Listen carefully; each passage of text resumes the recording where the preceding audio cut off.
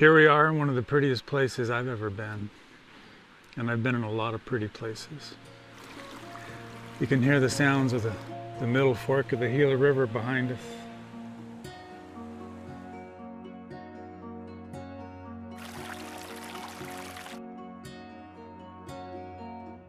I first came out to here in 1909.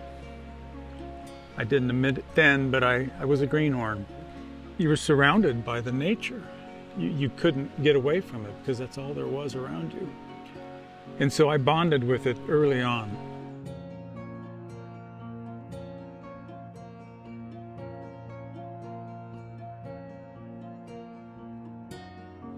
When you don't respect something, you lose that capacity for caring. You lose the capacity of compassion, of helping things, of wanting something to be nurtured, to grow.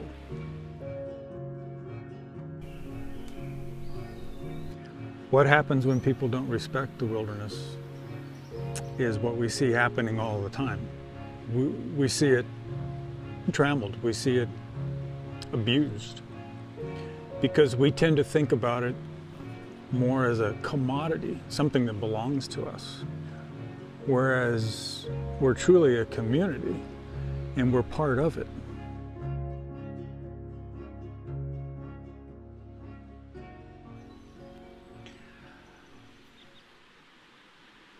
I'm now Steve Morgan. I'm a retired landscape architect. So much of my career I spent doing restoration, retaining or bringing back habitat. Was always integral into our designs. And so it's a very easy role for me to go from that person to being Aldo. When we stood in that one great room with that arch of stone framing our view out over that canyon, I found myself thinking, what a wonderful place to live. When somebody has lived in a place for thousands of years, there's so much essence that should be respected. To me, it was a very spiritual moment. And I don't mean that in a God sense. I mean that in an earthly sense.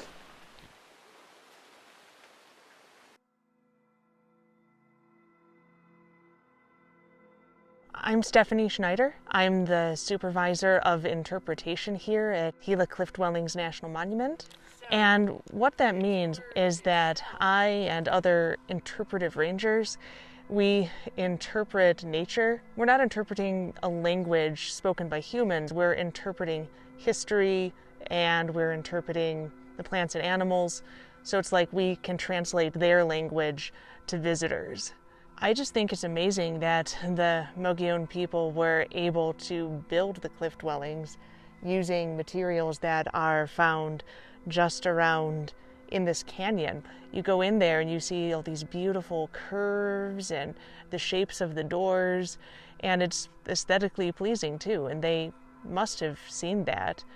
A lot of times there's a tendency to look at the past and think that everything was utilitarian, that, oh, they were living a difficult life, it was hunting and gathering, it must have been horrible. And I don't really think it was. I think that they had families, that they had lives like our lives, that they had fun as well as working, and that they were able to appreciate beauty. It wasn't just the Gila, it was their home. Today we look at wilderness as being something that was empty. Wilderness is a place you go to be away from people. Wilderness might be that to some people, but most, if not all, wilderness areas are places that have been home to native people for thousands and thousands of years. And they would have seen it completely differently than the way that we look at it today. I'm a park ranger to bring people into places they might otherwise not go, and to hopefully help them to appreciate the depth of a place, not just the way it looks on the surface, but the history of it, their connection to it, their part of a story that's continuing. The community really is an organism. When you're here and you can walk barefooted in the dirt, listen to the birds or the bullfrogs at night and the creek going by, and you're all part of that community when we do that. My name is Alan Campbell, and my father was Dawson A. Campbell. Everybody called him Doc. My mother was Ida. I have two sisters, Becky and Isabel, and a brother, Angus. And this is where we make our living.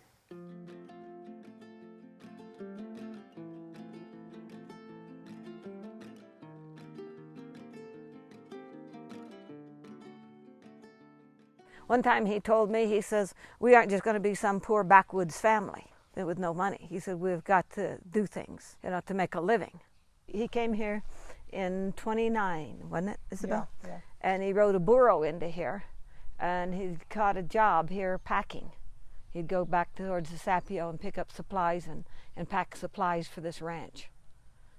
And then he bought this place in 1940. By 1950, the military trail was opened up into a jeep trail. He could bring more people in, and also he was interested in the cliff dwellings, the national monument. My father was the first custodian of the cliff dwellings. He received a princely sum of $12 a year to be custodian.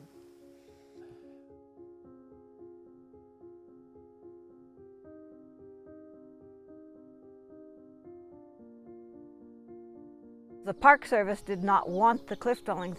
They thought it was too small. Well, what they did with the cliff dwellings, they were going to abandon it. And our dad went around and he mapped and showed all sorts of places where there was pictographs, there was pit ruins, and anyway, he mapped all of these and the archaeologists from the Park Service agreed with him that they should not abandon the cliff dwellings. Well, if it hadn't have been saved, it would have been gone. Yeah. Because people just crawling through there, and nobody supervising them. They would have dug it up, and they would have been crawling over the walls, and it just would have deteriorated.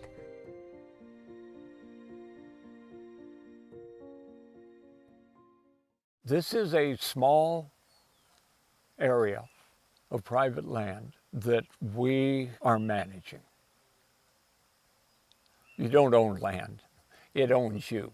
And a lot of people like to come to this area still because we haven't commercialized it like so many other places are. We have chose to develop it with campgrounds, kind of a primitive campground. We're borrowing it from the river. So everybody has a lot of peace and quiet while they're here. That works with wilderness. They need to enjoy it as youngsters, and then they'll have respect for it and want it to save it for their kids if they've had a good time out here camping or hiking. And so we need to keep these places open. I never wanted to leave. I've been out, I've gone, I've traveled, gone east, I've went to college, which means I had to leave. I had to go to high school, which meant I had to leave. And I just couldn't see city life. I didn't like city life. I like this kind of life. And so the people that live here, we're here for a reason. We're here because it's our choice. And when you make the choice to stay here, you put that above money.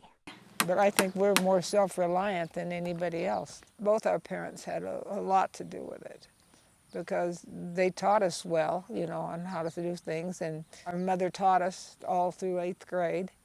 And so we learned from them on, farming, ranching, how to hunt. Well, they prepared us for a life, to move on with life. The family had to work together.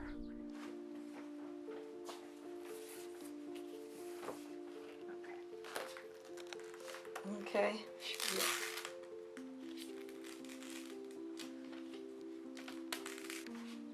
Wow. I said that bear looks like he almost fell out. Okay, this is just the early store. We had a grand opening in early November of '64. Was there a lot of people? Yeah. Yeah. Had a band there and everything. So everything was from Silver City. Doc owned the valley way back when, And then through certain events, ended up selling land and creating a population here. And then as the highway came in, people would come out to the dwellings anyway. So then he put the store. And the store really became kind of the focal point for the community.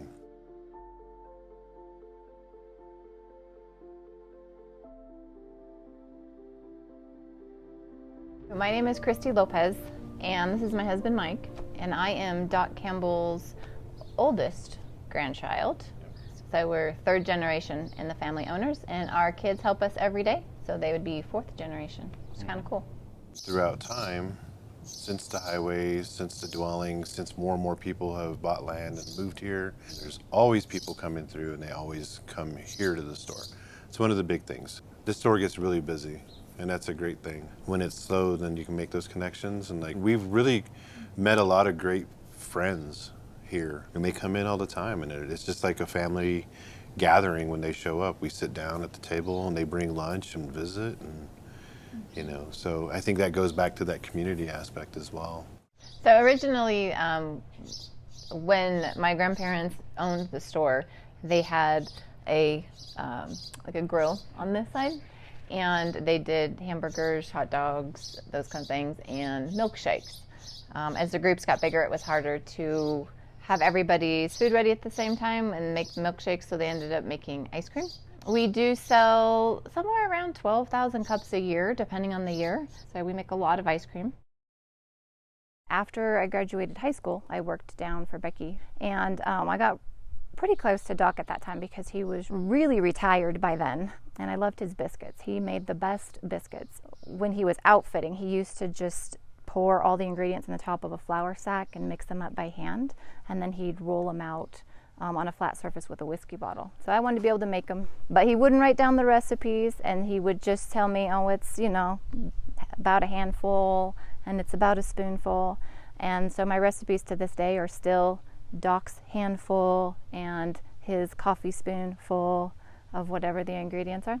And I'm the only one in the family that can make those biscuits, so that's kind of exciting. We pretty much enjoy anybody that comes out. We want people to come out. We want them to make memories and to experience the wilderness. And spend time with their family. Yeah. We're big advocates for family and unplugging, getting off the internet and off your screens, spending time with your family and enjoying nature. I think of the wilderness as this one is still very wild. There's some places that you go into where animals haven't seen people, and you can experience nature in its raw form.